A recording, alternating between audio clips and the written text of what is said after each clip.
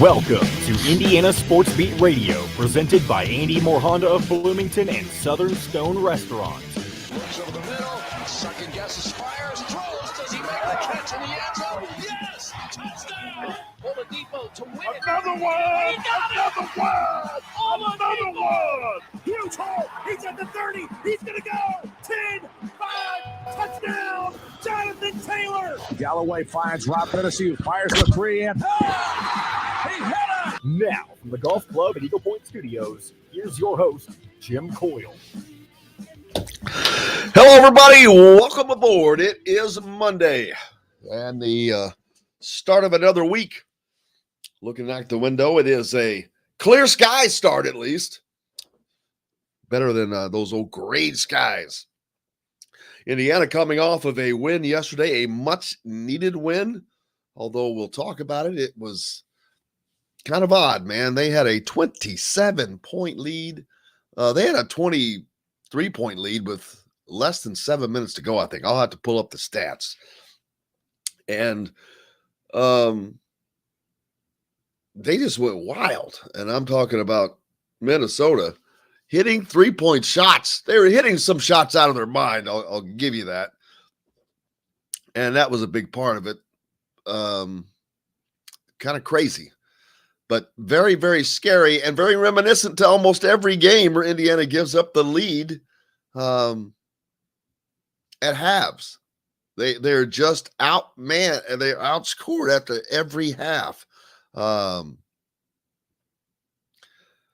They even had an 11-point lead with 5 minutes to go in the first half of that game that was cut down to single digits.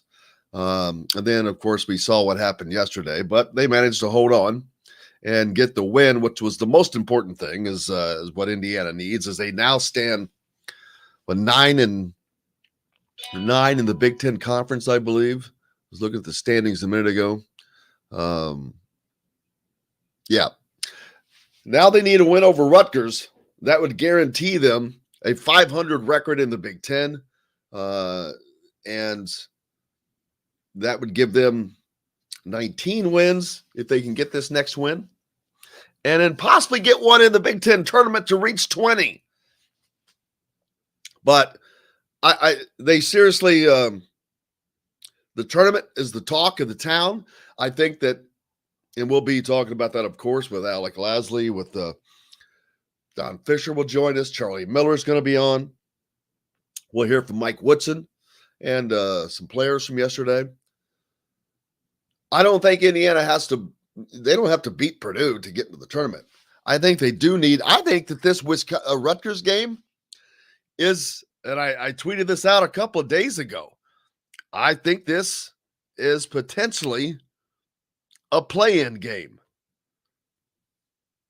Now, Indiana moved themselves up. They were on the last four out line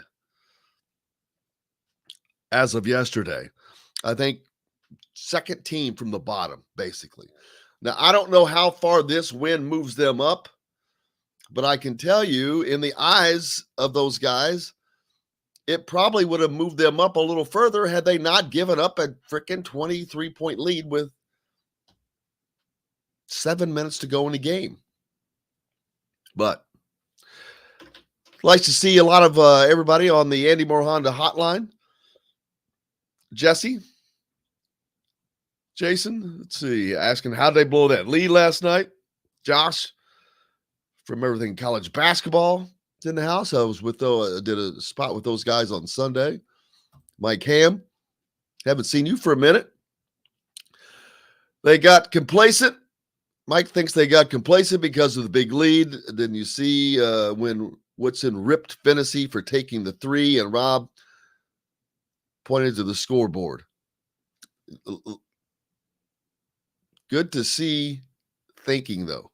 And Rob has not been out there, but that's another thing. You got Rob Fennessy back. Didn't expect that. I honestly didn't expect to see that. Hopefully that's would become a great thing going down the end. John Pence says Jekyll Hyde, 5 lefts is in the house. Jesse Wickens, I can't speak. Woodson definitely wasn't happy with Rob at that moment. Yes, I'm alive. Always alive. Michelle's with us, says Minnesota was shooting insane shots, and they were. I mean, they were just hitting just crazy, stupid threes, man. Yes, there you go, John. They did. They hit some miracle three. I mean, there were guys in their faces, and they were just hitting shots. It was crazy. Now, had they been doing that all game, Indiana would have been in trouble, but they weren't. Michael, the Music Man, is on. Ryan pointing out Indiana was up 70-43 with 8 minutes left. Yeah, that was crazy. Absolutely crazy. John points out when they came down to it, they hit the free throws to seal it. So that was good. Absolutely. You had to like to play of Xavier Johnson again. John, he feels like the Rutgers is a must win. Well, it's because it kind of is. It still is. They're still now. The Rutgers, though, is a different game. Losing to Minnesota, even though it was at Minnesota, would have been far worse, in my opinion, than losing to Rutgers at home. Rutgers is a much better team. Rutgers is a tournament team. Rutgers is ahead of Indiana right now in the Big Ten. 1, 2, 3, 4, 5, 6, 7th. Rutgers sits in the 7th spot at the moment, while Indiana sits in the 9th position. Although Michigan is ahead of Indiana, Michigan's path to the NCAA tournament is getting more and more difficult as they took a loss yesterday. Dave's in the house with us. Says that game was aggravating. This is a very average team. Sean, get it up there. In all cases, we have given up huge leads, it seems. The offensive plan is to throw the ball to TJG and on the block and stand still to watch. Yesterday they did and the last couple of games, that has not been the case offensively. They've had a lot of movement. They've had a lot of scoring from different people. I need to get these stats pulled up again because you had guys scoring that typically don't do that.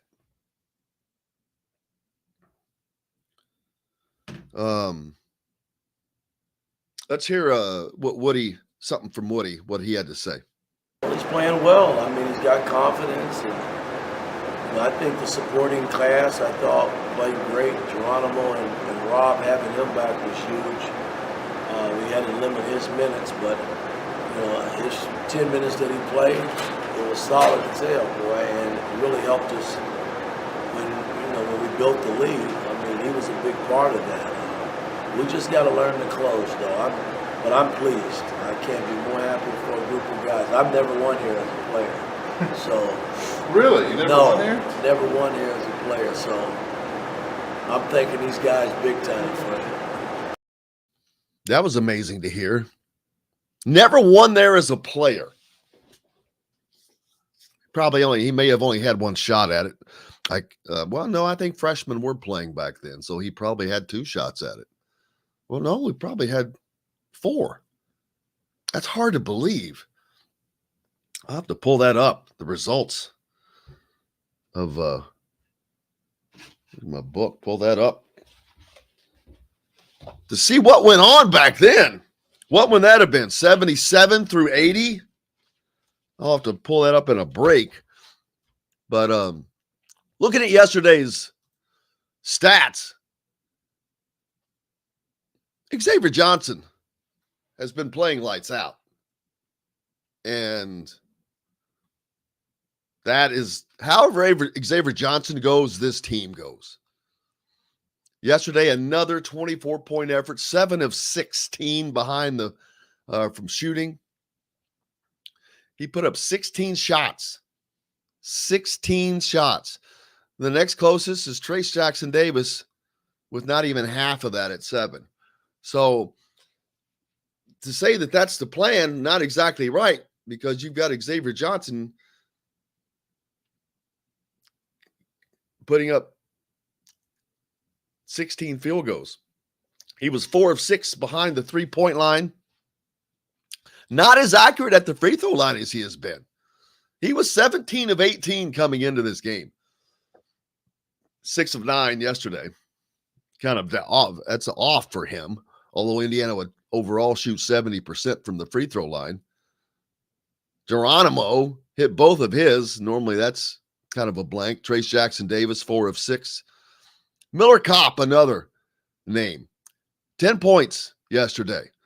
Much more active shooting the ball, but not just from outside. He was getting inside. He was 3 of 6 overall and 2 of 4 from the 3-point stripe.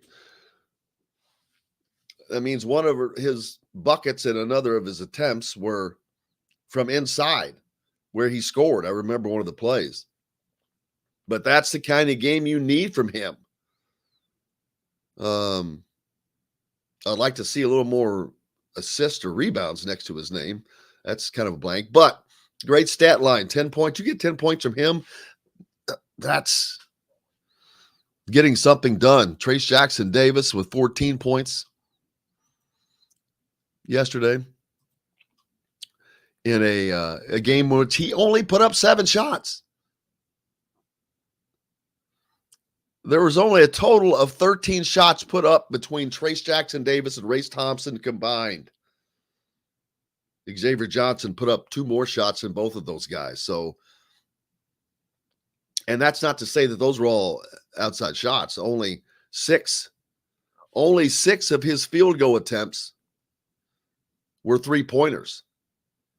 The other 10 were getting either inside that or getting to the rim, where he does a tremendous job. Rob Fennessy, not only did he play 9 minutes, he scores 8 points in 9 minutes. 3 of 6 from the field, 2 of 4 from 3-point. I mean, that's pretty damn good coming off of the injury sideline. Jordan Geronimo, big day, 10 points, 4 of 5 shooting, 2 of 2 at the free throw line, couple of boards in 13 minutes. That's getting production from guys they haven't been getting from. And that's what they're going to need to continue going. Looks like it's time for take a break. Up next, we've got Don Fischer coming up, man. Always looking forward to that. Don't forget, we're brought to you by the great folks at Endeavor Hospitality here in Bloomington. That's the fine folks at Southern Stone Restaurant, Feast, Market, and Cellar. Cabello Restaurant, it's on the square in the former Grazi location.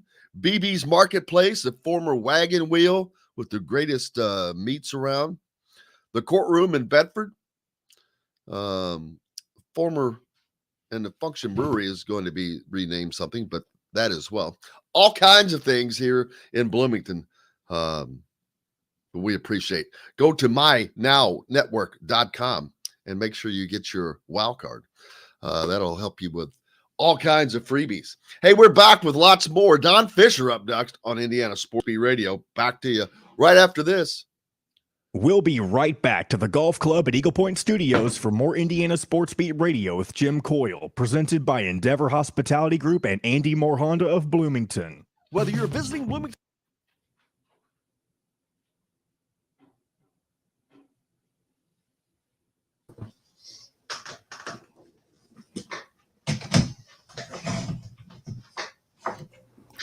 Good morning, Don. Hey, how you doing? Doing all right. Can you hear me? You're not hearing me, are you? Not yet. Not No, I hear you. All right. No, we can hear you. Okay, gotcha. All right. I should be okay. That better? Yeah, you sound fine. I think Jim went to run and get some coffee. That's fine. No biggie.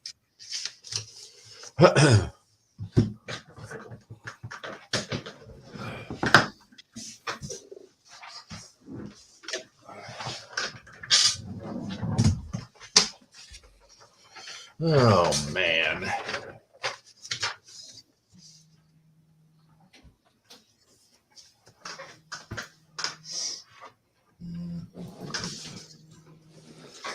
Good morning, Don. How are you, sir? Hi, Jim. How you doing, man? I am fine. Good trip for you yesterday, huh? Well, obviously we needed it badly. And despite the fact that we gave up a 27-point lead in the final 8 minutes and made it look like there was going to be some spectacular, that would have been a spectacular loss, I can tell you that. I rewatched that and just stood there and shook my head. I'm like, what the? They hit some crazy shots. They did. I mean, Peyton Willis was phenomenal. What do you have? 5 3-pointers in that last half. I think that was right. I might put my sheet there. Hold on. There we go. Yes, Yep, 5 of 9. 5. Yeah, 5 of 9 half. in the second half. Yeah, he had 9 points at halftime. He hit 2 threes in the first half, along with 3 free throws, and then he went bonkers in the second half, especially in that last stretch there. I mean, he just went crazy. They had 9 total in the second half. Right. I mean, it was pretty spectacular, to say the least. Oh man, let's see now. Hopefully, our buddy Maurice Creek is getting out today. I hope so. I've been talking to him like about every day, and they're supposed to try to make another effort today, but he had 3 options that they were going to try to take, and he was not keen for one of them. It was driving to Moldova in a car with somebody who they didn't know the route or something. I'm like, how in the hell do they not know the freaking route? 15 seconds. Yeah, well, you never know how that works out because he may not know the route simply because routes could be cut off. You know. Yeah. All right, here we go. For Indiana Sports Beat Radio. This segment is brought to you by Southern Stone Restaurant. Now back to the Golf Club at Eagle Point Studios for more Indiana Sports Beat Radio with Jim Coyle, presented by Endeavor Hospitality Group and Andy Moore Honda of Bloomington. Welcome back, everybody. It is Monday, and that means one thing. The great Don Fischer joins us, brought to you by our good friends at Southern Stone Restaurant, where you will find Don and Coach Mike Woodson tonight at 7:05 for Inside Indiana Basketball. But right now, he's here, and man, they get a great win, or they get a much needed win at Minnesota, Don. But as usual, they do it in exciting fashion. Well, if you want to call that exciting, I guess you can. It was not a very good last 8 minutes for this Indiana basketball team. I thought they played terrific in the first half. Obviously, they had a 7-point lead at halftime. You're battling a team that is playing their senior night game at Minnesota last night. And I liked the way Indiana played. I thought their defense was really good, even though they allowed Minnesota to shoot much better in the second half. But nevertheless, I thought they did a nice job in the defensive part of it. And I thought their offensive play was really good in the first half. And they got great performances off the bench. Obviously, Xavier Johnson right now is just playing terrific basketball, the best he has played all year in the last 2 ball games. His performance against Maryland was spectacular. I mean, he missed 1 free throw out of all the shots that he put up, knocked down threes, had great assists in the ball game. Probably should have had 2 more assists in that Maryland ball game than he was credited for. In fact, I think he could have had 3. I think the scorekeeper screwed up on 1 of his assists early in the ball game and should have had an assist there, but they didn't give it to him. And then Race Thompson dropped 2 passes that he thrown to him, and they gave the turnovers to him, to Xavier. But all that said, the difference in this ball game was what Indiana was able to do in the Minnesota game is to build that lead to 27 because they needed almost every point of it to win the ball game. Absolutely. And I'm looking at the stats, though, in Indiana, first half, They shoot 50% from 3-point. They 53% from the field. The second half, they shoot 58% from the field, 44% from three.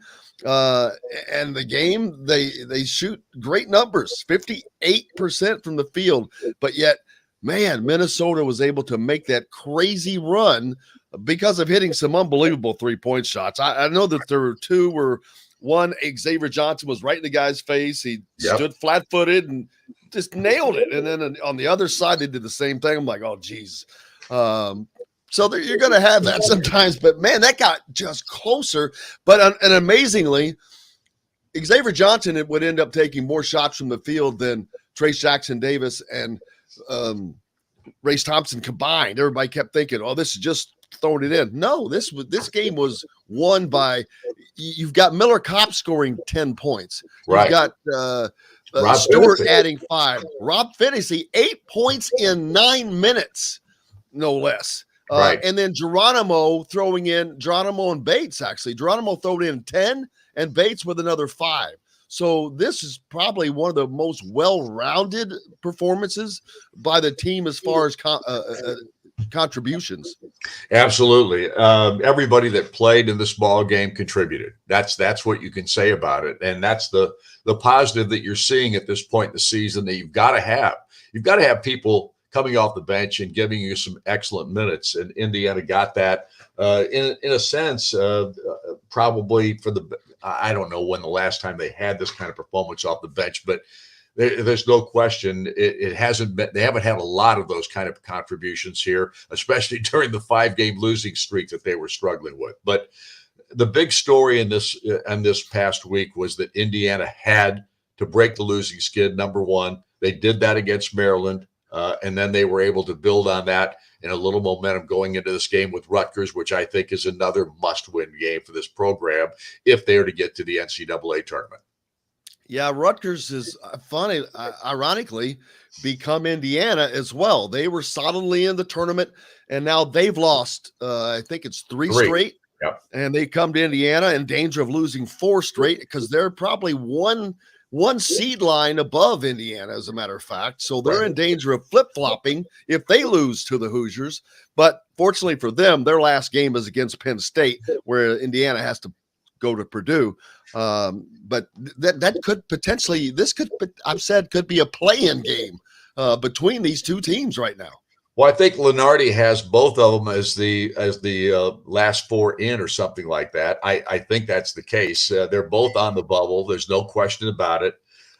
Indiana, I think, has to win this game because obviously they're playing Purdue in the last game of the season, and they're playing at Mackey Arena, which is one of the toughest places in the country to play in. And of course, it's a rivalry game, huge rivalry ball game for these two teams. So, and you would expect that Purdue is going to be on their senior night, is going to be playing their best basketball. It's going to be a real test. Not that Indiana can't win it. They can, but they're going to have to play some terrific basketball to do so.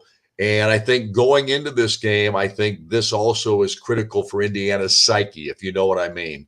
You've got to beat Rutgers. It takes you back into that situation where you are probably in the field, maybe off that bubble line, so to speak, for NCAA tournament play if you beat Rutgers in this matchup.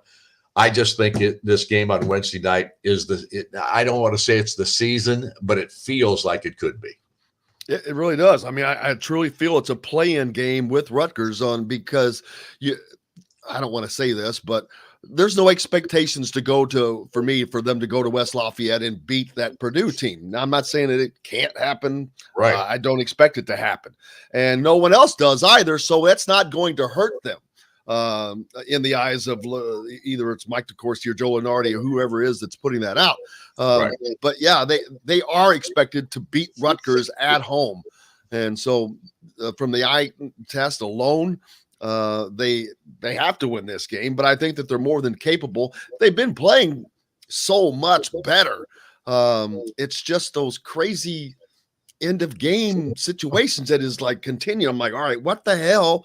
Because you look and it's not like that they quit playing defense, but yesterday, I don't know, maybe it was just pure luck of those shots going in, but it's hard to accept that when it has been a continuation of end of half collapses for this team in different manners. It's like, all right, what is going on? And it's hard to put your finger on it because I don't see the same thing happening.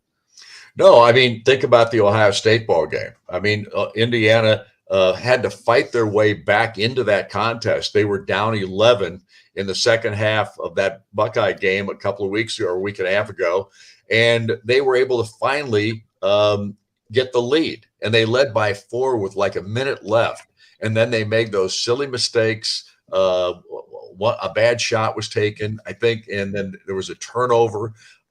Making mistakes like that at the end of ball games, it makes you feel like all the work that you did prior wasn't worth it. It just didn't. And obviously, in that particular situation, they lost the ball game in overtime, and they had a chance to win it in regulation and couldn't get it done. And Wisconsin was similar. I mean, they had Wisconsin. They could have very easily won that Wisconsin ball game. They end up losing by 5. So all of these, and of course, we go back to the Northwestern ball game, which, the suspensions, the 5 suspensions, 5 players being suspended in that game. You can go back and look at this season, and you could pick out a team that probably could have won 5 or 6 more ball games had they just done and finished like they're supposed to. And this team has struggled to finish this year in many, many ball games.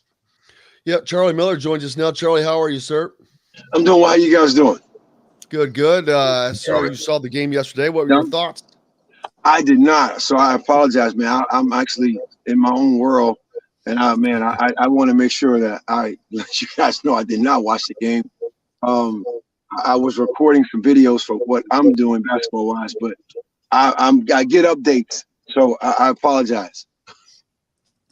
That's well, we're updating you now. Don is the man to update you, as he was right there on the side of the court. But I'm listening. So I'm listening to what Don is talking about, and I can always chime in because I can go to my last 5 minutes of the game, and I know a lot of people may not want to. You got to win really the last 5 minutes of the game, right, Don? I know you heard that. Yeah. The decision that you make, Go ahead. I'm sorry. No, that. You're right. I mean, the play at the end of ball games these days, because most of these games are pretty tight. I mean, and especially in the Big Ten. And if you're playing well and you're battling another team that's playing well, you've got to be able to somehow find a way to finish. There's no team in this league that's better at it than Wisconsin. They have proven it time and time again this year. It's just, there's a toughness, a mental factor, a mental toughness there that you can't, it's hard to duplicate. And if you've got tough kids, and let's face it, Wisconsin obviously does, they've got a system, they play to it every single ball game. It doesn't mean that they can't be beat, but they're leading the Big Ten right now because they found a way to win these close ball games. And I think that's as much as physical, I think it's even more important mentally. And I feel, that 4-to-1 ratio Coach Knight always talked about, and I know I live it daily. It is, because now that comes down to game management and how aware are you of what happened last possession. That to me is crucial. And I mean, I know as a 19, 18-year-old, you're in the moment, you're not really thinking about that game strategy, but it's crucial. Teams like Wisconsin, you have the confidence because you're comfortable, because you've done it. You've been down 18, 19, 20, and won games by 6 or 7 points. That breeds a lot of confidence, even with the guys who don't play. They're engaged on the bench. Versus now, we have a team like us who's learning. We're in this experiential experience thing as far as learning how to close out games, but you're making too many mental mistakes towards the end of the game. But I think it all comes down to what happened last possession. Can you continue to do what's working and get away from what's not working? Right? That's just my take. And that's the other thing. And here's the other thing. Everybody's got good players. And you can, and there's going to be a guy that gets hot. Look at what Johnny Davis did to Indiana in the last half of that ball game. Look what Jaden Ivey did in the last half, even though they lost to Indiana. Purdue was able to finish that game despite Ivey getting hot in the second half. So, I mean, and Peyton Willis last night was absolutely spectacular in the last half of that ball game. He knocks down 3 threes, as we said earlier. There are guys who get hot, and then you've got to find a way to get them stopped. And I saw a comment here below the screen here, a gentleman talking about you got to deny Peyton Willis the basketball. And that's exactly right. You can't let him touch it. And that's hard to do. It's really hard to do because these guys are so quick and athletic. But nevertheless, that's your goal, is to keep him from getting the basketball. If he starts putting shots in the hole like he did last night, you got to find a way to keep the ball away from him and make somebody else shoot it. Hey, Don, to comment on that real quick, Jim, if you don't mind me saying, which is true. And now, again, for me personally, you may have to break the team's defensive rules, Don. And there's no help, right? I mean, if a guy is catching fire, you got to disrupt his rhythm, and you're not going to stop him. You got to just make it tough, right? And I'm not saying this is not a strategy, but you can't now go. My rules on a Ray Allen, on a Mike Finley, cannot be the same as Sean Respert. They cannot be the same if those guys are now scoring on every possession at will. You're going to have to break your defensive rules a little bit and have it where, hey, this guy can't get the ball. If he gets it, it's a quick foul or it's going to be a tough shot, and let somebody else beat you. Yeah, I don't disagree with that at all. Yeah. Especially when you got a guy like Willis, who, I mean, some of the shots he made were spectacular because he had people all over him and still was able to knock him down. But you've just got to find a way to keep the basketball away from him. And if that means you have to double team him, do that, because you got to do something different. There's no question about it. And that's also talking about your team's basketball IQ. That's what I say, awareness, right? Yeah, because Mike Woodson can't. I mean, he can only tell them what they're supposed to have done or what they're not doing at that point. They've got to be able to execute those kinds of things, and they have to know the game well enough to know you've got to find a way to get this guy stopped, whatever that may take. If you got to put him at the free throw line rather than let him take a 3-point shot, then do it. Yep. Up next, Rutgers and Ron Harper Jr. coming into Bloomington here on Wednesday night. Don, the final test. Not just Ron Harper Jr. Think about Geo Baker against Indiana. I mean, that guy plays his best basketball as soon as he sees Hoosiers on the front of that uniform, because that guy has killed Indiana just like Harper has over the last several meetings between these two ball clubs. And Rutgers has got, a 4-game winning streak against Indiana right now. They beat them 3 times last year.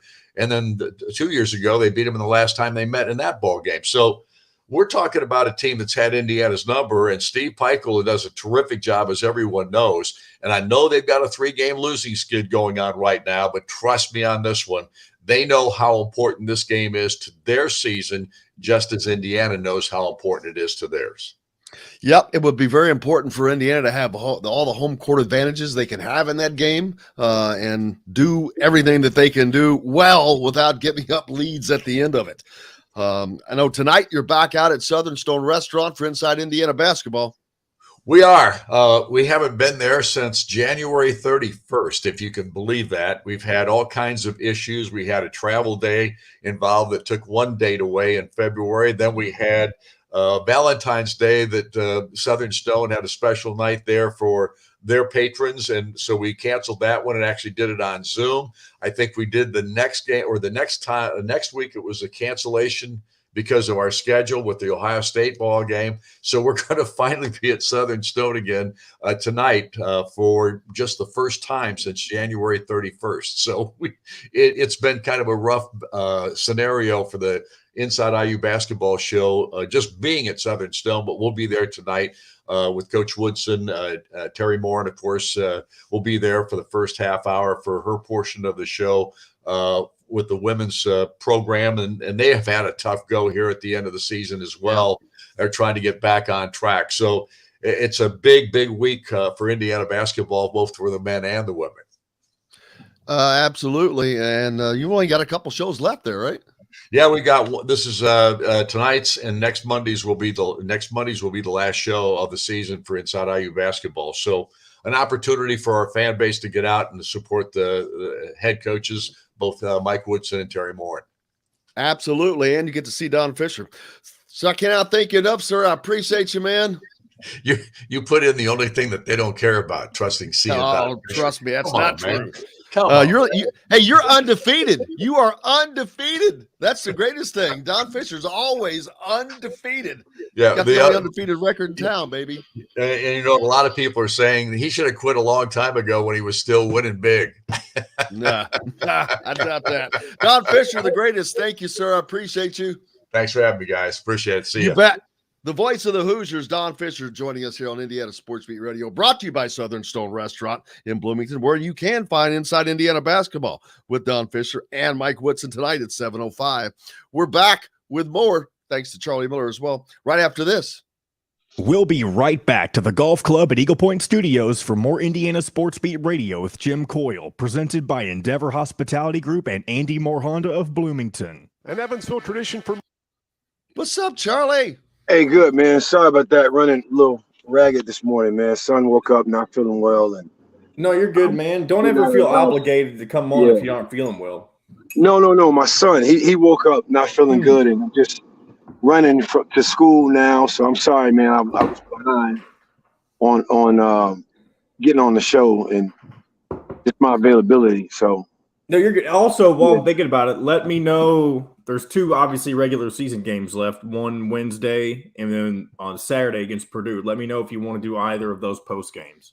Okay, I'll let you know. I'll let you know about Saturday. Yeah, I'll let you know if that's cool, man. I always appreciate you guys, man. Yeah, we'll see you, Charlie. Good luck today. All right, thank you. Thanks, man. Appreciate it.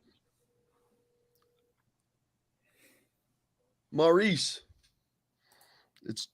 it's Jim, man. I saw a note that you may be on your way out.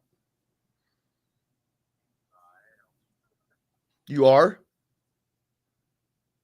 Are you out? Oh, man, that is freaking awesome. Where are you headed to? Yep. Man, you sound wore out.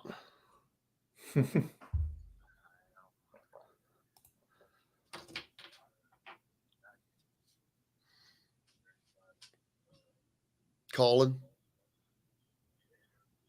He's like me. He's like, oh man, first thing he's gonna do is shut his damn phone off when he gets to Moldova. Yeah. How far away are you?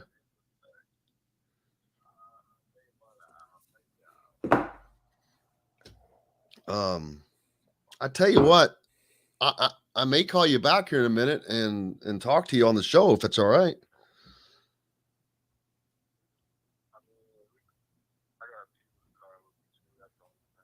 Yeah, I mean, you just don't. Yeah. Oh, like you mean in an hour or so?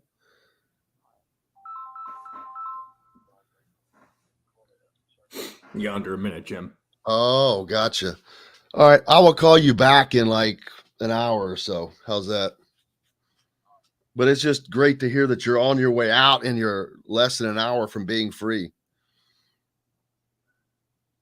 Praise God, man. There's going to be so many happy people. That's another reason why I want to get you on. It's like, man, there's going to be so many happy people when they hear that. And they hear your voice. When they hear your voice, that's going to be amazing. 20 seconds. Buddy, I'm going to call you back, okay? Thank you. How about that, bitch? I just talked to Maurice Creek. Yeah, how about that? You got a lot of people happy about it in the comments, too. He's almost out. I know, it's awesome. Come see us at the every day. Now in Bloomington. This segment is brought to you by Feast Market and Cellar. Now back to the Golf Club at Eagle Point Studios for more Indiana Sports Beat Radio with Jim Coyle, presented by Endeavor Hospitality Group and Andy Moore Honda of Bloomington. Welcome back to Indiana Sports Beat Radio on a sun-drenched Monday. Of course, it's not a temperature-drenched Monday. What is the temperature outside? I have no idea. 28 glorious degrees.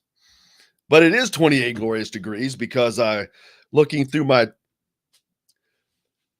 just spoke with Maurice Creek I saw something that he was potentially on his way out. Finally, I've been talking to him every day, and he is on his way out. He is about, and as of right now, of course, if you're not listening to this live, it won't be in case, but from right now of when I am speaking, I think he's about an hour away from being free. And he is happy, but he's tired, man. He's not gotten any sleep. The messages, while though great, even from people like me, it's tiring. He's gotten no sleep because the time change there. So people are calling and messaging at different times probably. But the great news is he is on his way and he is close. May even have him on here in a little bit. But man, it's been hard for me not to think about the whole time. I'll be honest with you, but it makes, that is some happy stuff. Alec Lasley is going to join us today. We'll hear from Mike Whitson. As a matter of fact, we already did. Also, we've got some players to hear from. Indiana has to prepare for, man, it's hard to get back to real life, to be honest with you. After talking to Maurice, but got to get back there. Indiana's next game, of course, Rutgers, and I mentioned Ron Harper Jr., but Don brought up Geo Baker. They're going to have to find a way to slow him down and not get into foul trouble. Luckily, last night, I could tell that was a game that was not going to be one with a lot of fouls called, because they went 7 minutes in.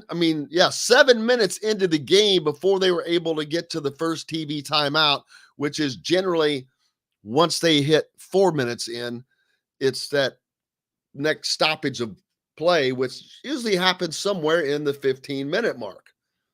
But it didn't.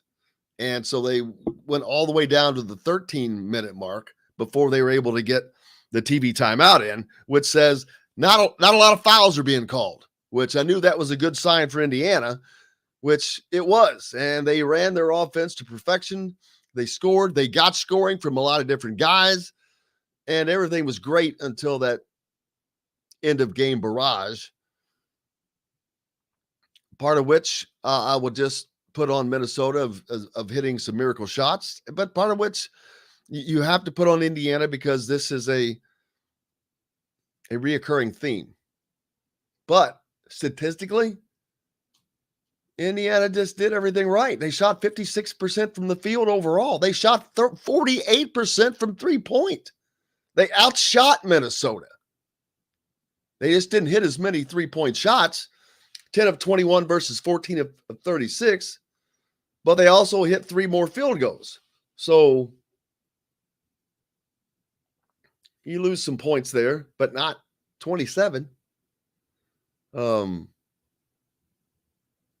Indiana only had 10 turnovers, so it's not like they're returning the ball over. But Minnesota feasted off of those turnovers. They scored 16 points versus 10 for Indiana. Indiana out-rebounded Minnesota. And the bench points, of course, 23-13. And the paint points, 34-20, of course. But in Minnesota was getting theirs 3 points at a time.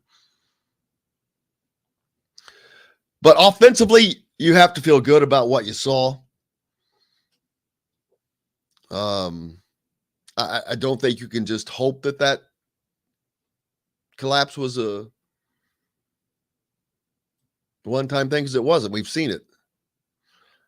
They're going to have to play a complete game against Rutgers and not let Geo Baker go off at the end, because Rutgers has something Minnesota doesn't have, Ron Harper Jr. So now you've got an inside-outside attack. You have a clip ready, John? No, sorry. I'm actually getting Alec on a little bit earlier with us, so he'll be here in a couple minutes. Sorry. I've been communicating with him. Perfect. Let's get back to some comments. Petchy says he's referring to Willis, I believe, or Harper, because John says that Harper always seems to play well. Well, it's a big game. He has to get up. But more importantly, this is a big game for Rutgers, like I said. Where are the standings? Rutgers has a 10-8 Big Ten record, which is more than good enough to get into the tournament. Indiana stands at 9-9. At best, Indiana is going to finish the season 10-10, and that's if they beat Rutgers. Rutgers also, they could lose this game, go 10-9, but their last game is against Penn State. They're probably going to finish 11-9 in the conference, so they're going to have a winning record. But if Indiana beats them, their overall record would be 17-13. Only 4 games above 500. That's really pushing it, getting in to the tournament. And then if they were to go into the Big Ten tournament and lose their first game, I don't think Rutgers makes it. I don't think Rutgers has to beat Indiana to get in, and they get Penn State at the end to hand them a win. Rutgers might have to win a game in the tournament. Indiana certainly can't lose to a subservient team in the tournament once they get there. But this game is going to be big as far as tournament implications. Fortunately for Indiana, it's at home. They're going to need a big home crowd. I'm going to make sure I get all these comments in. You guys are doing a great job. Don't be stealing my line, Ed. I already said that. Been saying it for days. Stealing my lines, man. Stealing my lines. Yes, I said that this is a potential play-in game for the play-in game. It's not a play-in game for the tournament. It's a play-in game for the play-in game as of this moment.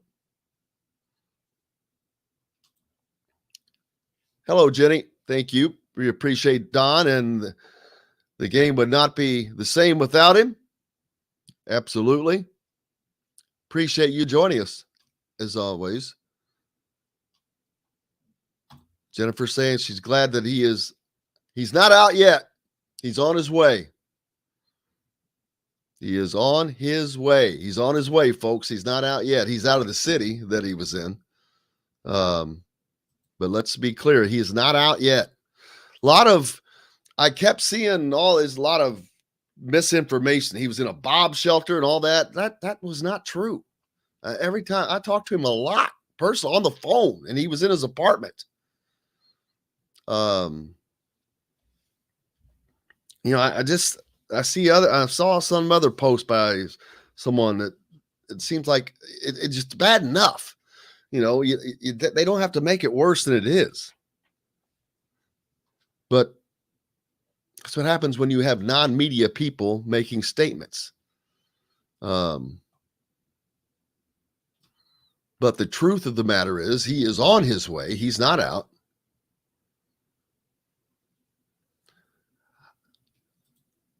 Forrest says Geronimo, perfect to guard Harper. Thinks X can control Baker. Don't know what starter can match up with Harper. Xavier Johnson has done a phenomenal job of late. He has seemed to have accepted his role. I tweeted out last night. He's starting to take this team onto his shoulders. And this is the guy that has not been here. This is his first season. So he's not an Indiana guy. But you know what? He's the point guard. And I'll be honest with you, Trace Jackson Davis didn't step up to be the team's leader. And somebody had to, and he finally did that. We're going to take a break. When we come back, we've got Alec Lasley from thehoosier.com. We'll talk more about that and about the upcoming game for this Hoosier squad. Plenty more. Brought to you by the great friends at Feast Market and Cellar here in Bloomington. The best of wines and cheeses. Plenty more. Part of the Endeavor Hospitality Group. We're back with more Indiana Sports Beat Radio right after this. We'll be right back to the Golf Club at Eagle Point Studios for more Indiana Sports Beat Radio with Jim Coyle, presented by Endeavor Hospitality Group and Andy Moore Honda of Bloomington. Andy Moore Honda. Hello, Alec. How's it going? Oh, just peachy. Peachy. Peachy, Where are you at today, Alec? I feel like you're in a different room every time we have you on now. No, just a different room. Just a couple different meetings going on in the apartment right now, so have to kind of readjust to that. So will you still join us Friday as well this week? Yep. Okay. And actually, that will be Will instead of me on Friday, unless KSR cancels yet another remote, which they've done a lot recently. So we'll see. Yeah, I've missed you on Fridays. Haven't had you there the last few weeks. I know it's been so. Whenever KSR goes on remote now that I'm full time, and it is not the same. They send their main producer on remote with them to help them on location. Then they have me back in studio. Oh wow, got it. Yeah. Okay, got it. It's usually Fridays. So this coming Friday, and then Monday, Tuesday, and Wednesday next week, I'll be gone because they're going down to the SEC tournament. Oh, so are you going with them, or are you just staying in the studio? No, I'll have to be in studio for them because Shannon will be with them all week. Got it.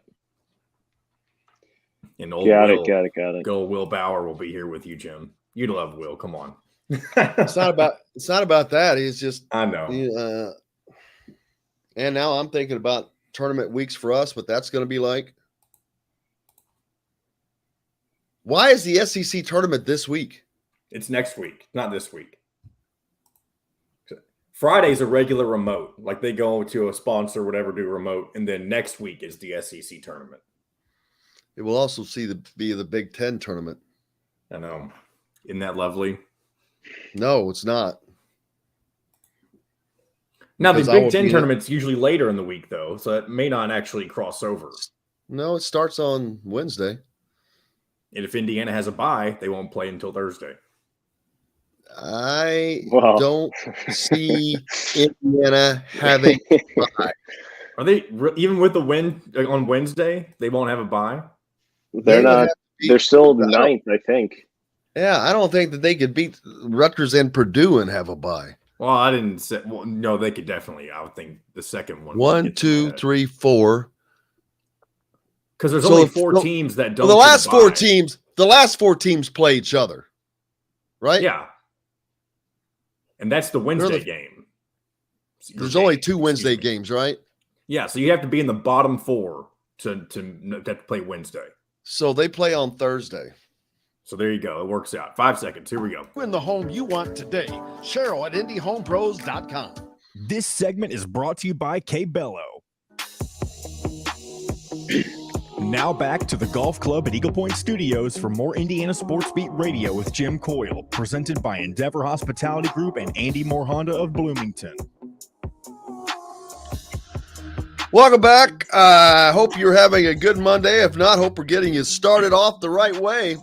Alec Lasley from thehoosier.com joins us now here on Indiana Sports Beat Radio, brought to you by K-Bello Restaurant in Bloomington on the square in the former Grazie location. Man, that food is incredible. Promise you. Stop by there anytime. Alec Lasley, how's it going? Good. How's it going? We're alive and well. Indiana coming off of a win on the road, which was not without excitement. to say the least. A 20-something point lead just erased in 7+ minutes by a Minnesota team that is second to last in the Big Ten was scary. Part of it was freak shooting, but there has to be part of Indiana that plays into this because it happens time again. And it can't just be a team having the confidence that they can do it because everybody else does. They did get off some freaky shots that were hitting. I mean, they couldn't miss. And Indiana was trying to not, get into foul trouble or whatever, but everything was going down.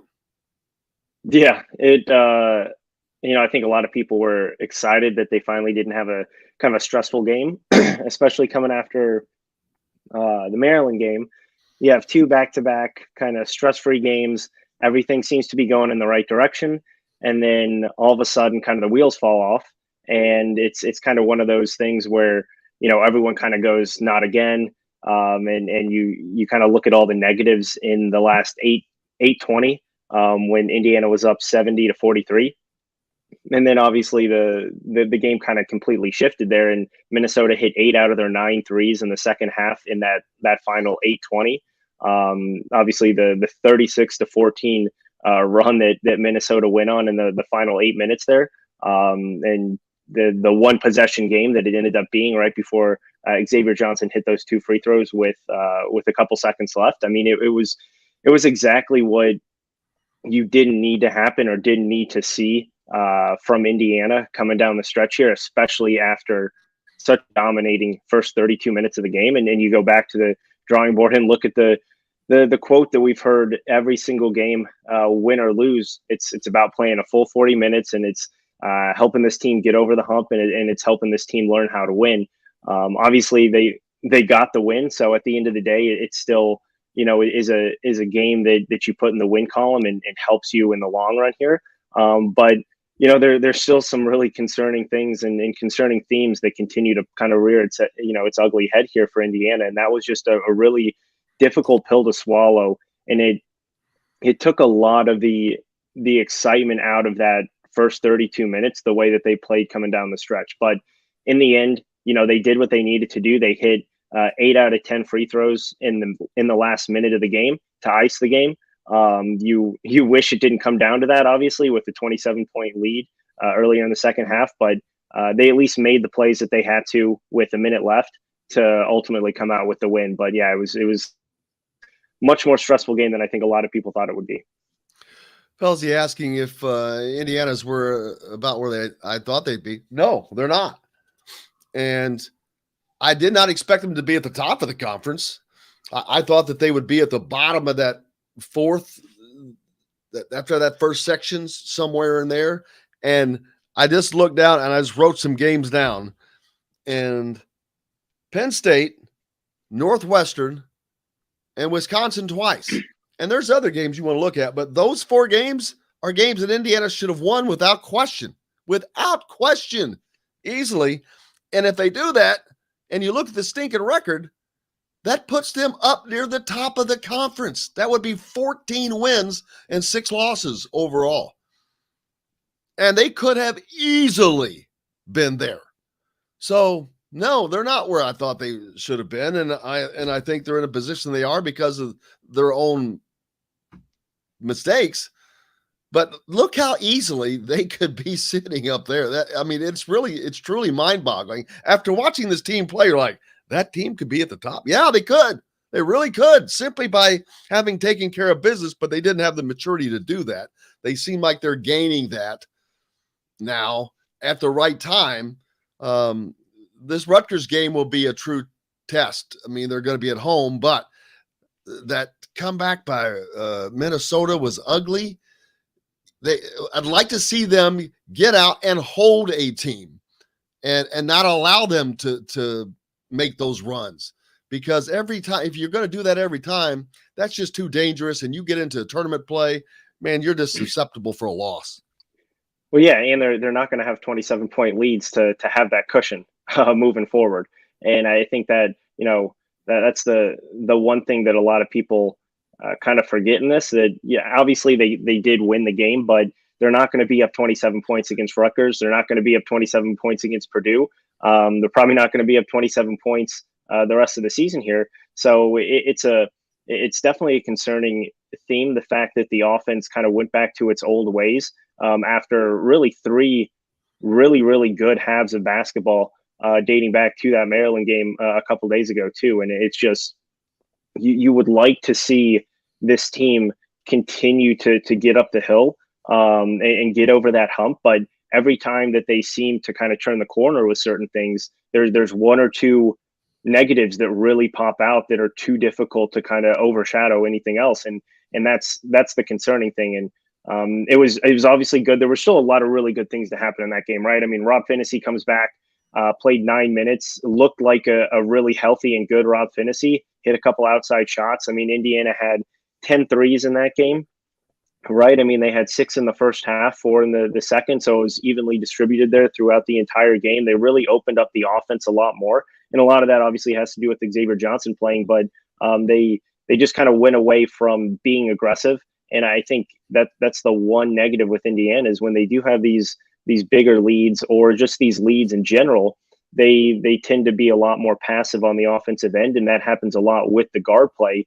I think Xavier Johnson still played a really, really solid final kind of 10 minutes there in that game. But I think it was the players around him that did kind of get a little bit, kind of sluggish and clumsy and just kind of take their foot off the gas just a little bit. And you know that Indiana can't do that. Teams can't do that in general, especially in the Big Ten, especially in Power 5 basketball, but especially at this point in the season. I think that's just the one concerning part of it. But again, at the end of the day, it's a win and you kind of flip the page, and Wednesday's obviously the make or break game for Indiana. I mean, this is a true play-in game. I don't necessarily think it's a play out game, right? I don't think if you lose this game as Indiana that you're not going to make the NCAA tournament, because you still have some potential winnable games in the future here in the Big Ten tournament. But if you win this game, you're sitting really pretty and you're thinking about, maybe just one game in the Big Ten tournament, and that should be all. So it's a crucial game for Indiana. And it's one that I think if you told Mike Woodson at the beginning of the year that you have basically one game to kind of play your way into the tournament, it's at home, I think he'd take that, a million times out of a million. Yeah, I had that thing up about Rob. I don't know who was complaining. I didn't see any complaints that Rob didn't play more. But I don't think it was about saving him either. It's about he just got off of injury. You can't just go from 0 to 100. So I think it's more about not pushing him as far as saving him. Tom says Minnesota went on a 36-12 run at one point. Yeah, it was ugly. But man, that's hard to give up a 23-point lead like that. I mean, that's almost impossible to do in that amount of time. And I don't know how Indiana managed to do that without stopping it. The one thing about this team is when they panic, that's what is scary. They go into this panic mode and they forget everything that they've been doing that has been successful and working. And whether it's a forced shot or a shot, I saw a couple of shots that took place about 2 seconds after somebody crossed the half point line or the half court line. And I'm like, what in the flying hell is that? I don't care that you have a lead. You don't do that ever. Now Xavier was one of those and he hit that shot, but the other one was that Rob Finney one with 20 seconds on the shot clock, up 23. That kind of really started that run. And you saw Mike Woodson, once he called the timeout, I think afterwards, or it was immediate timeout there, he pointed right up to the clock, right at Rob Finney. And again, you can't have that as, from your fourth year point guard. You can't have that from anyone on the team there. But that was kind of just what you were talking about. Some of those early shots that they went away from being aggressive and getting into the lane. And that's one thing that they did great in the first half, is being able to penetrate, get in the lane, and then be able to spread out and get some of those shooters open. And they definitely went away from that. And that's, again, that one concerning thing, that they just get stagnant on offense and just think that, hey, with 5 or 6 seconds left, let's try to make a play. And They obviously, really struggled to obviously do that, and didn't actually make a field goal for the last 3.5, 4 minutes there of that game. So another concerning theme that continues to pop up. Steve says he can't remember the last time that they won it, and it almost felt like a loss at the same time. Yeah, that was tight. It's hard. Yeah, it's hard to celebrate a win as much, especially when you were up so big. When it becomes, whoo, how they held on. But yes, up next, Geo Baker and Ron Harper Jr., who desperately need, in my opinion, they desperately need to beat Indiana, although they're going to beat Penn State most likely afterwards. There's still, someone pointed out, their net is like 80s, in the 80s. They've got a better conference record than Indiana, but their overall record is not, and they've had problems with all. They went from being solidly in the tournament a week or two ago to becoming Indiana. Now they're on the bubble, and lost to Indiana would put them squarely at the bottom of the bubble, probably. Yeah, absolutely. I mean, the biggest thing for them that's really now going to show up are some of those bad non-conference losses that they had. Lost to DePaul, lost to Lafayette, lost to UMass. That really, obviously, at the time, you thought, okay, it's not really going to matter because this Rutgers team isn't going to probably be the same team that they had last year or the year before that's going to be fighting for an NCAA tournament spot. And they really weren't that team until they hit that 4-game winning streak against ranked opponents there in the Big Ten about a week and a half ago. And then they turn around and lose 3 in a row right after that. Now, granted, all to pretty solid teams and into good teams that will be in the NCAA tournament, but you can't go 4 wins and then 3 losses like that and expect to kind of stay in that same boat. So yeah, I mean, I think this game's a lot more important for Rutgers because you look at those non-conference losses. Indiana, obviously, that Syracuse loss is really bad at this point, but I think St. John's still not a good win, but a much better win than what Rutgers has been able to have in the non-conference, and then that Notre Dame win is now a quad 1 win because of the way that they've been able to play over the last month and a half here, sitting second in the ACC and a team that's solidly in the NCAA tournament. So when you look at the whole records and the schedules and the big time kind of signature wins, you look from top to bottom, and Indiana has a much better resume than Rutgers. And I think that obviously shows by sitting about 40, 50 spots higher than Rutgers for most of the season in the net. But yeah, I mean, I think again, for Indiana, you just win this game and you'll be comfortably in, as long as you don't kind of cough up a first round exit in the Big Ten tournament.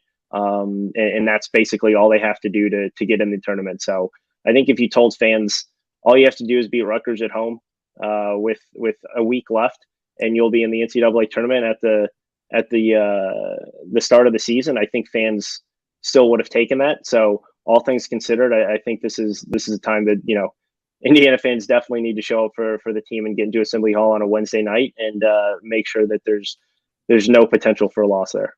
But Don Fischer also pointed out this is a Rutgers team that Indiana has lost 3 or 4 straight to. So it's not just that simple. What does Indiana need to do in this game to win? I mean, to me, it's obvious. They need to play like they did against Minnesota without the collapse. The guards, specifically Xavier Johnson, has really played unbelievably in his last few games. He is scoring the ball. He is, more importantly, distributing the ball. His stat line was crazy early on, but he finished with 24 points on 7 of 16 shooting overall, 4 of 6 behind the 3-point line.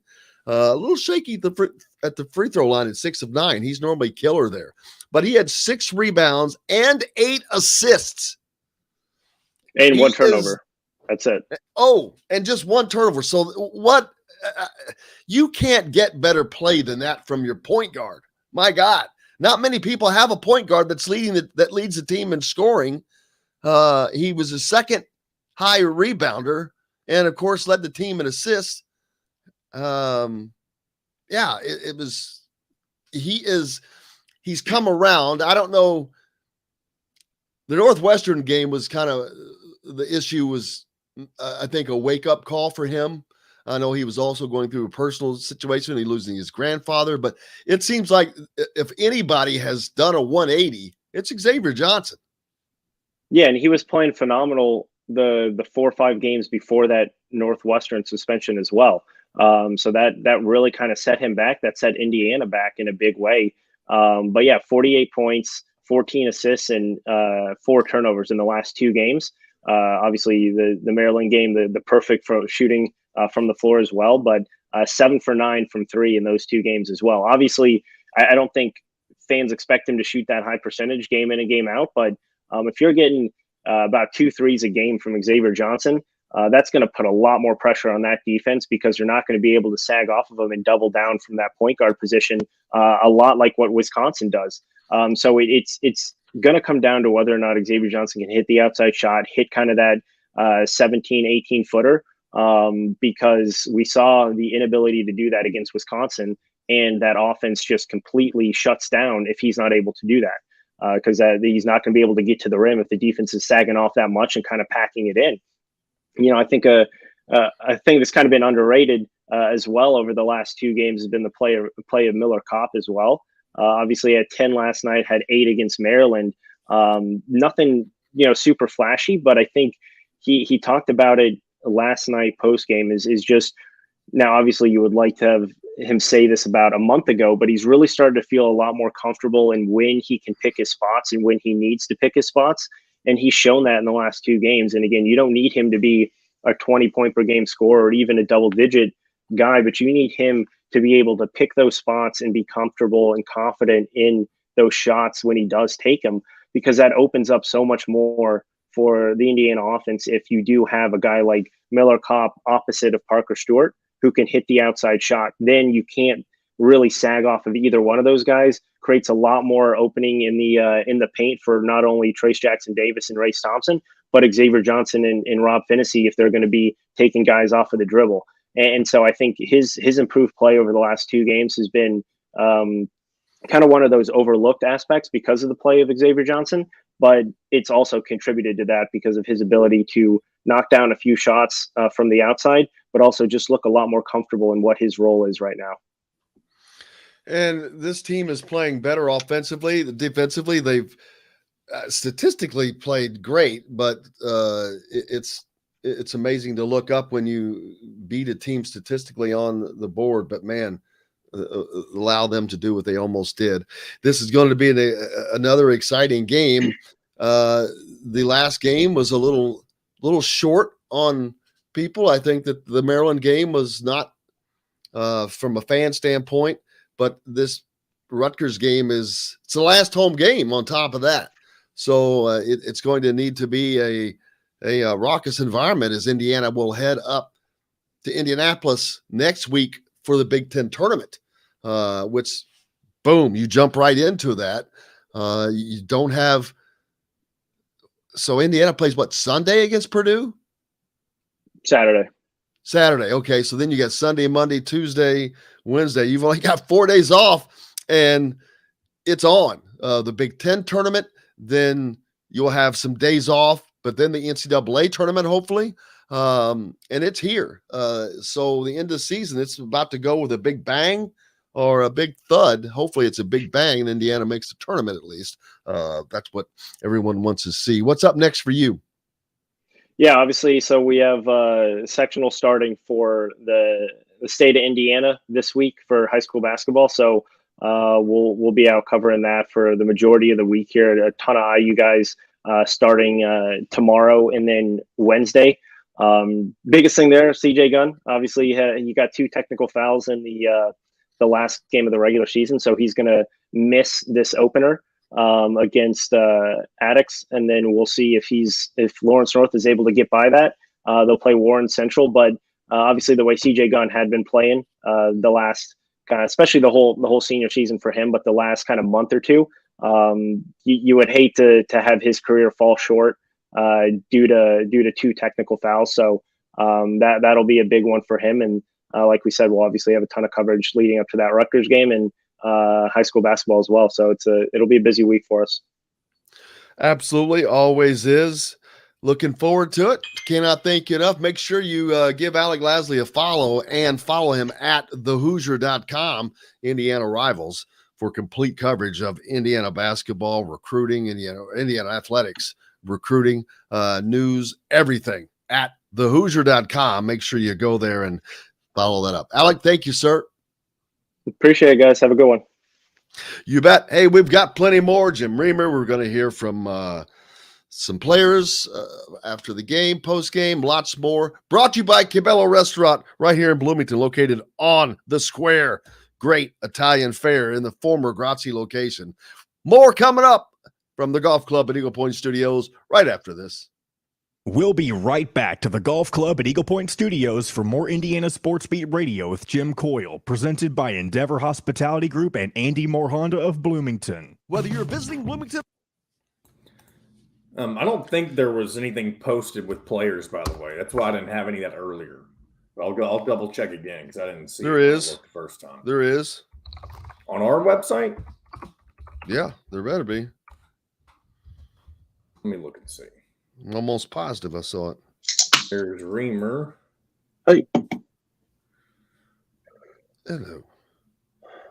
Damn, let me check Indiana Sports Beat because it's not on the official one, like the official Indiana one, which usually has the best audio. It's why I take from that. See if we do have some. Was it's because it's someone there? Yeah. Yes, Keegan. I didn't know Keegan. Man, he goes to every game. Good for him. Well, we cover every game, man. I know, but he travels to every road game. That's what I'm saying. Good for him. Yeah, but a lot of these guys do it so they can go to the games. Yeah. They get into it. That's part of it. That's right. That's what you're supposed to be, baby. If you don't have the passion, then I don't want you. I don't disagree. I'm just surprised that he has gone to all of them. I'll have that for you for the second segment of Reamer. Ooh. That's why when Stu first took over, he asked me to run it. And I'm like, man, I go to like 100 high school games a year. I can't do that. Plus, I didn't see myself doing other sports.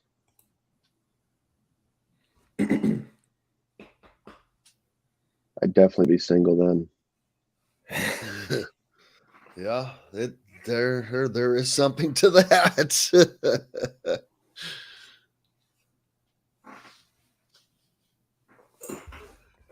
There's definitely something to that.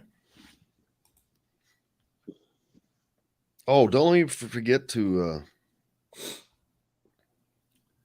what at all right, so 10:20 is our starts our last segment, right? Yes, we go to 10:40. Don't let me forget to make that phone call. Are you gonna call him at 10:20? Yes. Okay. Mo Creek is on his there right now. I'd say it's what time is it here now? 10. I'd say it is 4 to 5 in the afternoon, probably 5 p.m. Yeah, there's 7 hours ahead of us if you're talking about Ukraine. Yeah. So all right, here we go. For jewelry items, you can trade it in and get 20% more in-store credit toward a new jewelry purchase. You can redesign it and turn your unwanted jewelry into something you will wear and treasure for years to come. Brinkers Jewelers provides free evaluations, top prices, and immediate payment in a relaxed atmosphere. Visit our showroom today at the corner of Green River Road and the Lloyd Expressway. This segment is brought to you by Courtroom Sports Grill in Bedford. Now back to the Golf Club at Eagle Point Studios for more Indiana Sports Beat Radio with Jim Coyle, presented by Endeavor Hospitality Group and Andy Moore Honda of Bloomington. Welcome back, Indiana Sports Beat Radio on this Monday. Hope you had a great weekend, and we're getting your week started off to the right way. Jim Reamer joining us from Courtside, Indiana. How are you, sir? Doing well, man. How are you? Cannot complain. Tournament time is here in one form or another in Indiana high school basketball. It is here. It is about here in college basketball, the conference tournaments next week, and the NCAA tournament starting the following week after that. It is the culmination of the basketball season that just comes to a gigantic end of season party. And I'm here for it, baby. The sectional play gets underway, tomorrow night? Tomorrow night, yeah. Tomorrow night, all over. One team that is going to be playing shorthanded, talked about that a little bit with Alec, is Lawrence North. Now earlier in the year, the way they started the year without him, I wouldn't say I wouldn't worry about their game with the Addicts, but they played awfully well. Then when they came back, those guys obviously when Gunn came back, they shifted into new roles. Everybody got bumped down a peg, and they've had some problems getting consistent production. So it'll be interesting to see. I would say that Christmas Addicts has a nice freshman, Desmond Briscoe, who is, if nothing else, effective on the glass and very good around the basket defensively as well. So it'd be curious to see if they can.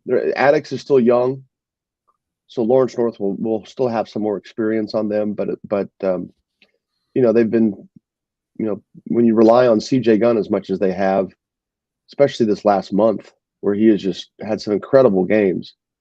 They're going to be looking to slip back into the way they played before while he was hurt.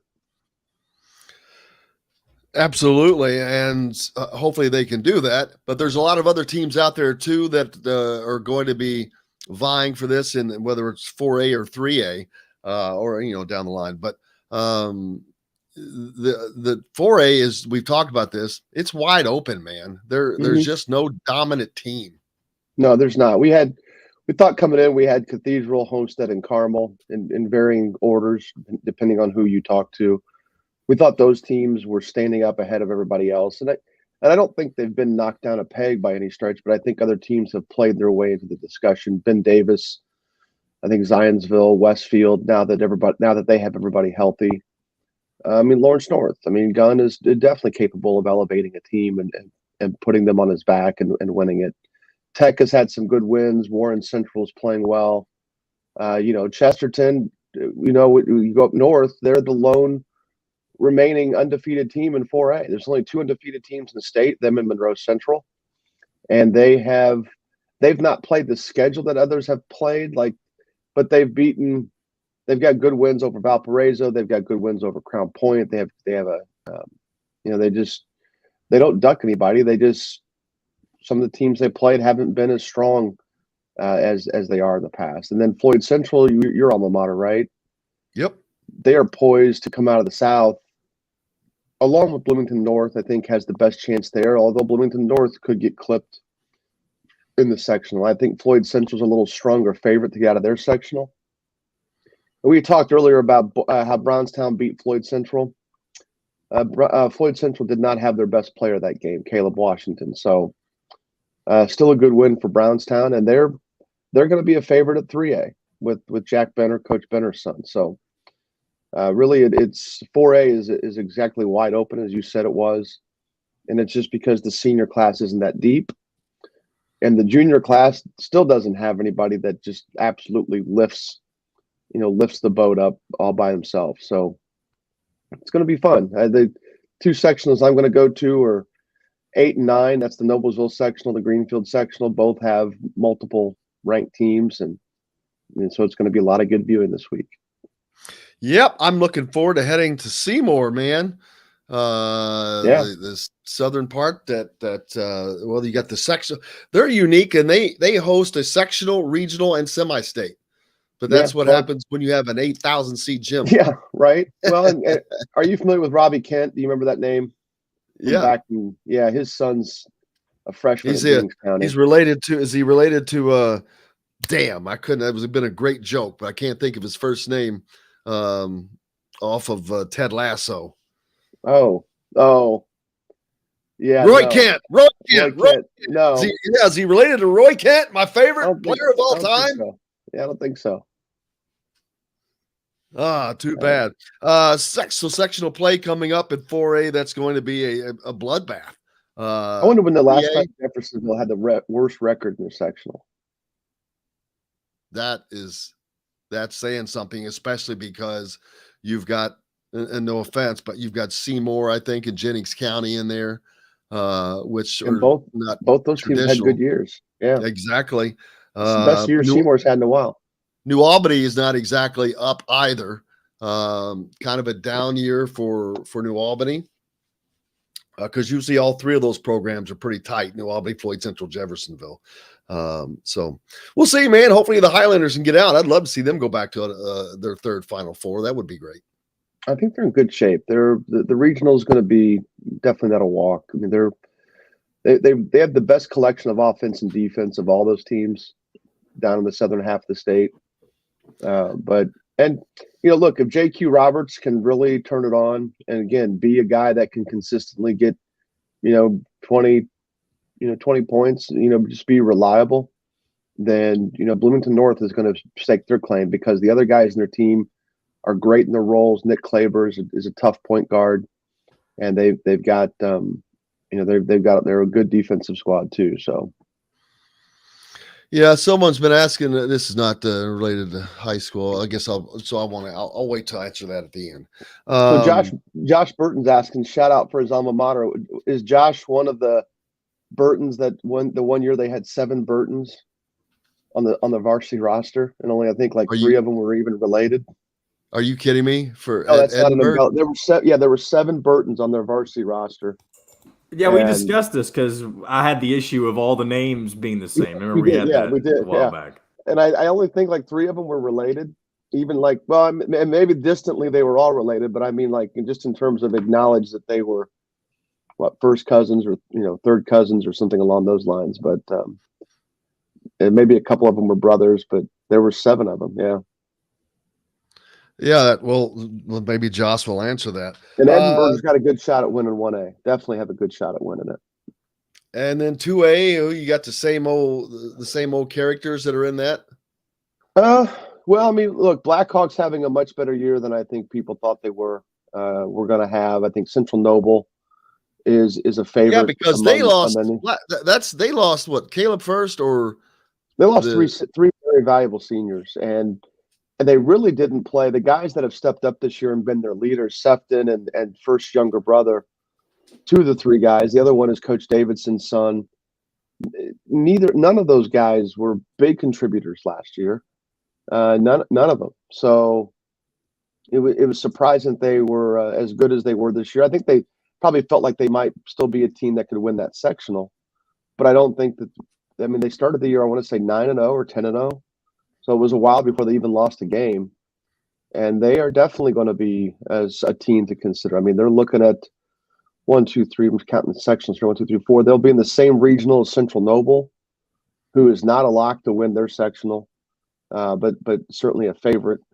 And down south, you've got, I mean, we just did 4 hours of freaking podcast, and you think I'd have this rolling off my head. Down south, You've got teams like Pekin Eastern, which is near where you're from, and you've even got a school like North Putnam, who's had a good year despite losing a lot of guys last year off a pretty talented team. So 2A is wide open. Park Heritage was a state runner-up last year, but they've had some injuries this year. They could get it going, and then looking at schools like Brebeuf and Connorsville, which took Silver Creek to the wire, they pretty much bring everybody back from last year, but their losses aren't like tragic. So that 18-6 is pretty deceptive. Kelvin said his heart skipped a beat in depth Hoosier Hills Conference basketball talk. Man, we talk about everything, man. That's why you got to come here. Talk about it all. The tournament it gets underway. It's going to be fun. I cannot wait. What anything you're looking forward to standing out more than something else, or anything that you're looking to see, curious about? Me, well, the Carmel sectional is where I'll spend the majority of my time, and it's difficult. Luckily, Carmel got a bye. That's good. You look at a school like Noblesville, they have to play Zionsville. And then if they win that, they play Carmel. And then if they were to win that, they probably would play Westfield or Fishers. That's kind of a gauntlet run. And Cathedral North Central face off in the first round at North Central this year. And the winner of that gets Warren. And then the winner of that probably gets Tech or Lawrence North. So you're no easy paths in a lot of these sectionals. And, it's going to be a lot of quality basketball this week. And it's going to be warm weather. That's going to be nice. Usually we get snow this week. I'm looking forward to 50s and 60s and not having to freeze my butt off walking into a gym. So you and me both. I was just going to pull up the forecast to see what it was going to be like. And good news, actually. 54 degrees for the high today, 63 tomorrow, 64 on Wednesday. Then it's Thursday and Friday, but 60s on Saturday and Sunday. It's good to see that we're getting closer to that. This is the time of year Indiana needs to start having visits. I just need to have some warm weather, man. And it's just okay. Damn, Tim said he's going to have 70s in New Albany. It's not that far away. We don't have 70s here. What about Joe Carter asking about the Evansville area? I haven't heard a lot coming out of there, but yeah, it's down. Your most enticing team is Heritage Hills, just with Trent Sisley being such a good freshman. The Evansville area is not as strong as it's been, but we looked at.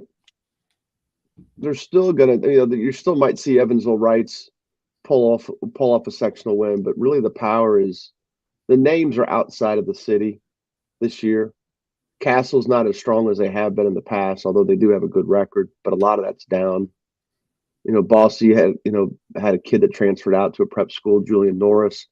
They're having a good year, and I think they're going to be better at 3A than what some people are predicting.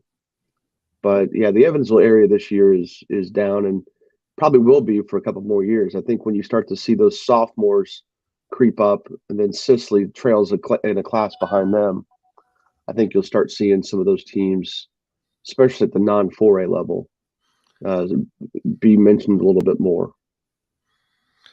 Absolutely. Anything else that you're looking forward in the tournament to seeing besides the sections where you'll be? Who are you expecting, prognosticating to make the 4A Final Four? Well, I'd probably have Carmel and Floyd Central if I were to have to play it out that way.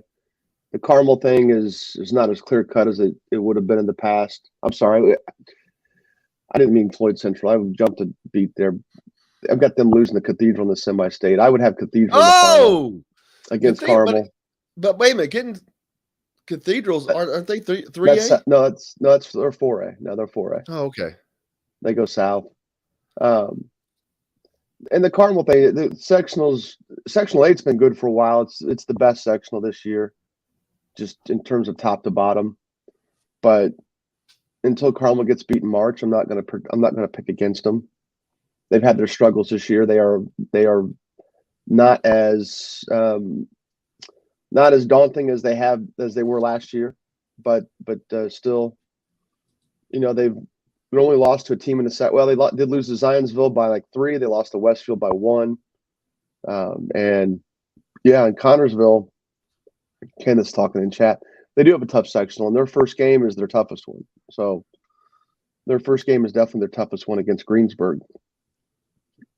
And yeah, I think the 1A will be interesting. Is that where you're wanting to go, Jim? 1A is the 1A title. You look at, we kind of want to see Tinley versus Gary 21st Century in the final. Tinley would come out of the South in that scenario, but the teams in Lagodi, North Davies, Lagodi, Bar Reeve, Orleans, even those are 4 of the top teams in the state at the 1A level.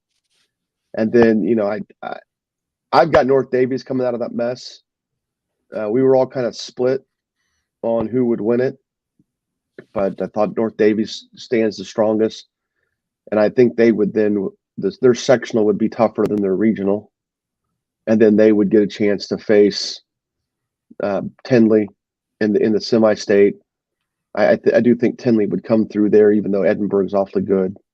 I think Tinley's got something that Edinburgh doesn't see on a regular basis, and that's just up and down athleticism that other teams, a lot of teams at the 1A level, can't even come close to duplicating when they prepare. Well, looking forward to it, man. I'm looking forward to the tournament action. It is all great. We'll have IHSA boys tournament going on. The college conference tournaments will be going on. It's going to be just a fun next. Well, we got 5 weeks of this. You've got with this, since the boys tournament starting now and the NCAA tournament, we've got another 5 weeks of tournament action, baby. Then it's AAU season.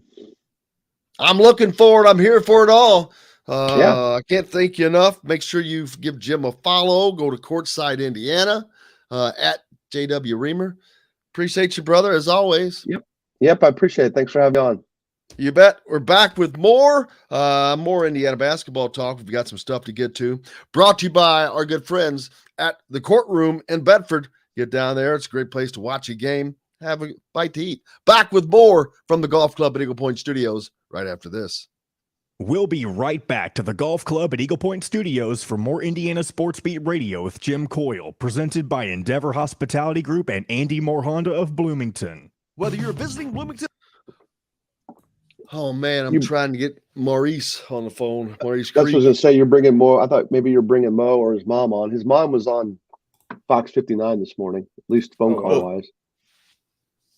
I don't have her number, but I'm actually trying to talk to Maurice because I talked to him just a little bit ago. He was still about an hour away from the border. I think it's amazing. I think I caught on that he was okay. He's okay. No, I've been talking to him every day.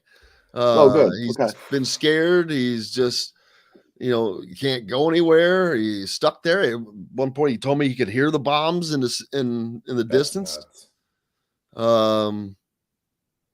was far enough south. I think he was very fortunate. And, but yeah, he should be 30 minutes from hitting the border, which is awesome. See if I can get a hold of him. Are you done with me, or you want hang on until you find out? Well, probably because we've got clips to get through, and if I get Maurice on, it'll take up the whole time. Okay, that's fine. All right, we'll do Monday. See you, bud. Thank you, brother.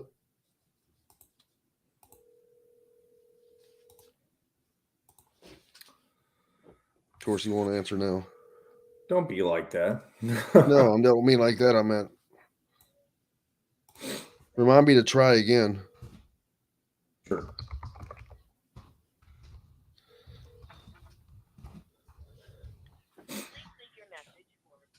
Who knows where he is? Shit. You never know. Maybe give it one more shot at the very end. He's on his way to Moldova.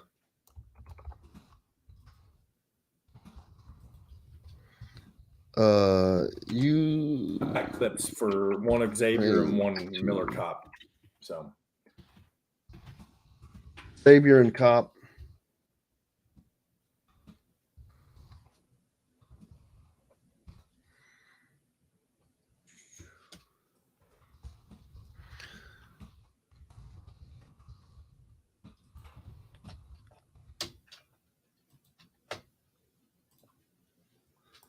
How much time? 50 seconds. All right. All right. I'm looking at it's a 5-hour and 21-minute drive under normal conditions. Jeez. So he's been in the car for a while.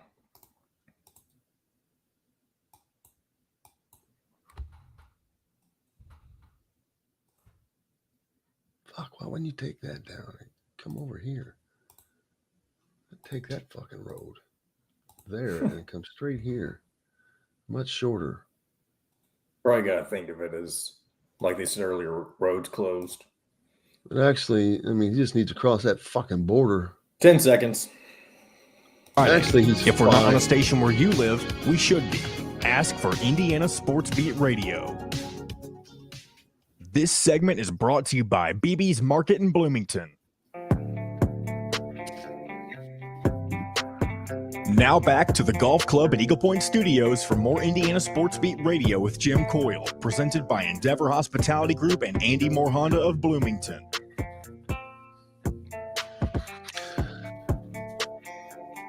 Welcome back, Indiana Sports Beat Radio here on this Monday.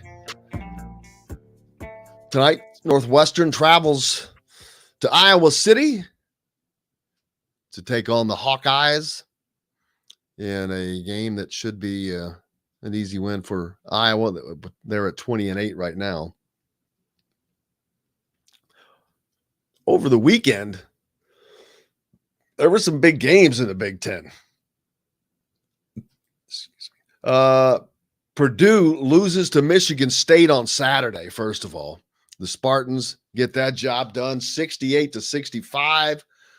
Wisconsin went to Rutgers, and that's part of the reason why Rutgers is in the situation they're in. They lose at home to the Badgers, 66-61. That was on Saturday. And then on Sunday in the Big Ten, another slate of games. The Illini continue their push for a Big Ten championship. They beat Michigan, who Michigan's in peril. We'll talk about them in a minute. I'll go back and look at the standings, but 93-85, Illinois beats Michigan. The Terrapins, they put a whipping on Ohio State, 75-70. Indiana, of course, gets the 84-79 win over Minnesota. And how about the beating Nebraska puts on Penn State at State College? 93-70. So there you go on that. But where are my standings? Yeah, the Big Ten standings right now. Wisconsin is leading the Big Ten. The team that Indiana should have beaten twice. I looked down at Indiana has lost 10 games this season. They've lost 9 in the Big Ten Conference, but only 4 stand out for me. Where did I write that down? Penn State, Wisconsin twice, and Northwestern. I'm not counting the Iowa game that they could have easily won on the road. I was there for that. But these are 4 games that were so easily and winnable. Northwestern and Penn State are 2 of them. Just those 2 right there.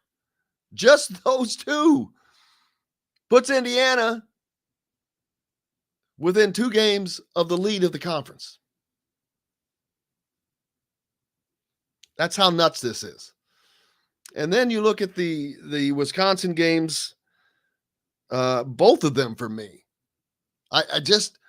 Wisconsin they're the Cincinnati to me of the Big Ten. Cincinnati football last year. They're just not that good. But yet they are winning.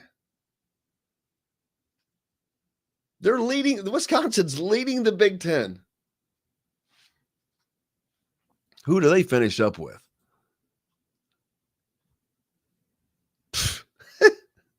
Well, they do have a game with Purdue tomorrow night at 9:00. But then their last game is at home against Nebraska. So they've got Purdue at home as well. So they finish at home both of those games. Purdue needs the win because they're in second place in the Big Ten Conference. A win would create probably, that's a 2-way tie, but Illinois can get up into that. It's going to be a 3-way race between Wisconsin, Purdue, and Illinois still. But again, Wisconsin's a team Indiana should have beaten twice this season. 2 times. And that would have Indiana in the fight for the Big Ten championship, which I don't see Indiana as being good enough to be in that class, but that's how easy it would have been for them to be there. That's the craziness. That's why you look at the ACC. You never would have thought those teams would be there. But they're having such a bad year. I guess I'm missing what do we got going on over here in the that's must have been carryover. Yeah, talking about the high school tournament. Yep, Joe, I agree with you. It's going to be hard for the Floyd to beat Cathedral a second time. They did that already. Josh with the Argos Dragons. It will be interesting to see how next season's roster shapes up. Former IU tight end Ian Thomas re-signs with the Carolina Panthers. They're not going to let him go, man. That's where he's played his entire career. Dude's I remember again. I think it was Ohio State. I forget the game, but he made this catch in the corner of the end zone, and I'm like, that dude looks like a wide receiver, man. Does Maurice Creek look for a new team? Absolutely. Absolutely. I cannot imagine. There was issues with that team that why he was still there. As a matter of fact, I wrote a story yesterday, a little story about it. Go to the Hoosier.com. I think you can find it there or on my Twitter feed at Jim Coyle ISB. Shouldn't have been there. He should have been gone. But they kept him there. They threatened to hold his LOC, which is basically your license to play basketball in Europe. They held up money. Not a good deal. And they were responsible for getting him out. Oh, yes. Forgot about to talk about this. How about the top 6 teams in AP? All 6 of them losing. That was crazy.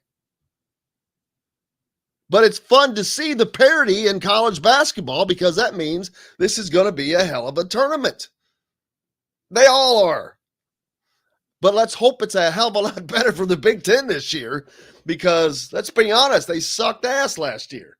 Would they win one game? They had 10 teams in maybe and won one game? I saw someone earlier say that it'd be a crime if they don't have 9 teams. I don't see 9 Big Ten teams in this year. Michigan, I don't see Michigan making it. They've got a tough row to hoe. They sit right now in the conference standings, 8th, 1 spot above Indiana, but they've got a 15-12 overall record, which is already ugly, and still have to play the remaining games without their head coach. What's Michigan's schedule? Well, let's see. They have 3 remaining games. They have Michigan State at home. Then they have to travel to Iowa. Then they have to travel to Ohio State. That's not a favorable path for the Wolverines. I don't see them making the NCAA tournament personally. I see Indiana making it. Without question. I think Indiana's going to beat Rutgers.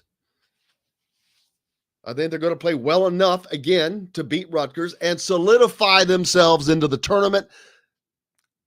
They don't have to win the first game in the Big Ten tournament, but it would be kind of ugly if they didn't because it's going to be against a lower end team.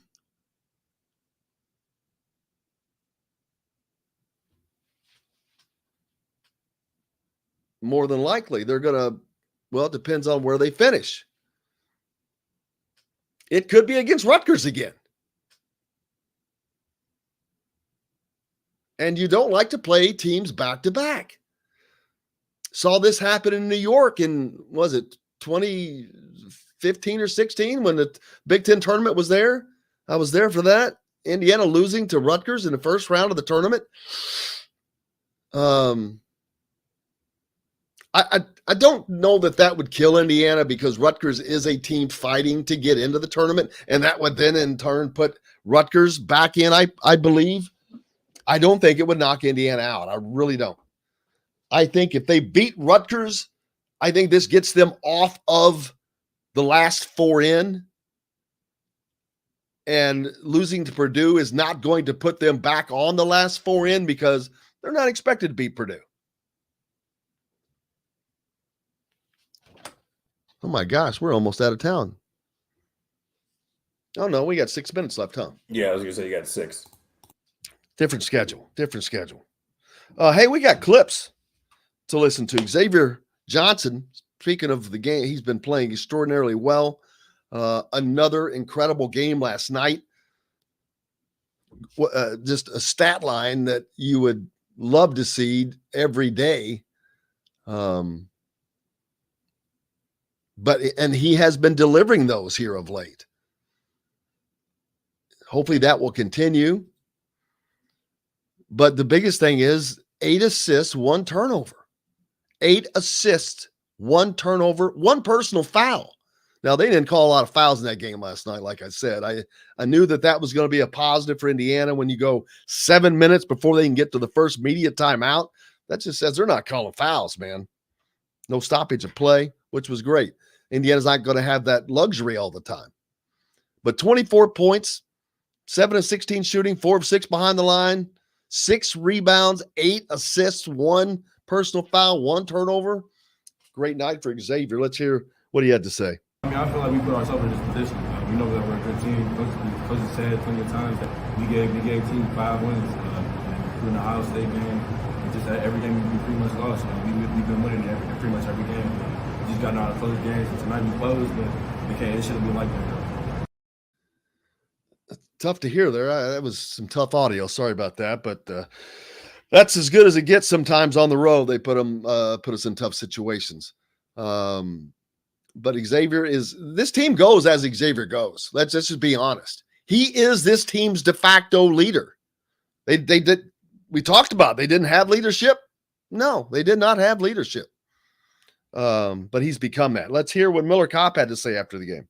I think we're just being more aggressive. At this point in the season, we kind of know where our spots are, and we're more comfortable in certain situations, and getting the ball in closeouts and in transition, and just looking to kind of penetrate more and get in the teeth of the defense and then make plays.